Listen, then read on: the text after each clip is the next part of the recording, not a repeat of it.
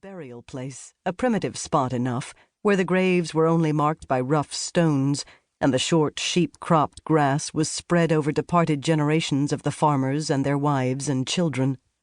By day it was in sight of the pine woods and the moving water, and nothing hid it from the great sky overhead, but now it was like a prison walled about by the barriers of night. However eagerly the woman had hurried to this place, and with what purpose she may have sought the river bank, when she recognized her surroundings she stopped for a moment, swaying and irresolute. "No, no," sighed the child plaintively, and she shuddered and started forward. Then, as her feet stumbled among the graves, she turned and fled. It no longer seemed solitary, but as if a legion of ghosts which had been wandering under cover of the dark had discovered this intruder and were chasing her and flocking around her and oppressing her from every side. And as she caught sight of a light in a faraway farmhouse window, a light which had been shining after her all the way down to the river, she tried to hurry toward it. The unnatural strength of terror urged her on. She retraced her steps like some pursued animal. She remembered one after another the fearful stories she had known of that ancient neighborhood. The child cried, but she could not answer it. She fell again and again, and at last all her strength seemed to fail her. Her feet refused to carry her farther, and she crept painfully, a few yards at a time, slowly along the ground. The fear of her superhuman enemies had forsaken her, and her only desire was to reach the light that shone from the looming shadow of the house. At last she was close to it. At last she gave one great sigh, and the child fell from her grasp. At last she clutched the edge of the worn doorstep with both hands, and lay still. 2. The farmhouse kitchen. Indoors there was a cheerful company. The mildness of the evening had enticed two neighbors of Mrs. Thatcher, the mistress of the house, into taking their walks abroad, and so, with their heads well protected by large gingham handkerchiefs, they had stepped along the road and up the lane to spend a social hour or two. John Thatcher, their old neighbor's son, was known to be away serving on a jury in the county town, and they thought it likely that his mother would enjoy company. Their own houses stood side by side.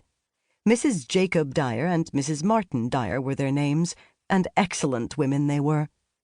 Their husbands were twin brothers, curiously alike and amazingly fond of each other, though either would have scorned to make any special outward demonstration of it.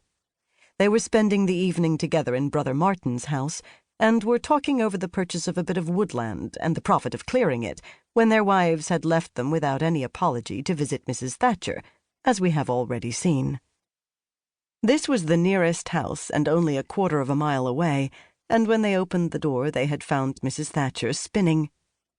"I must own up, I am glad to see you mourn common," she said. "I don't feel scary at being left sole alone, it ain't that, but I have been getting through with a lonesome spell of another kind. John, he does as well as a man can, but here I be. And the good woman could say no more, while her guests understood readily enough the sorrow that had found no words.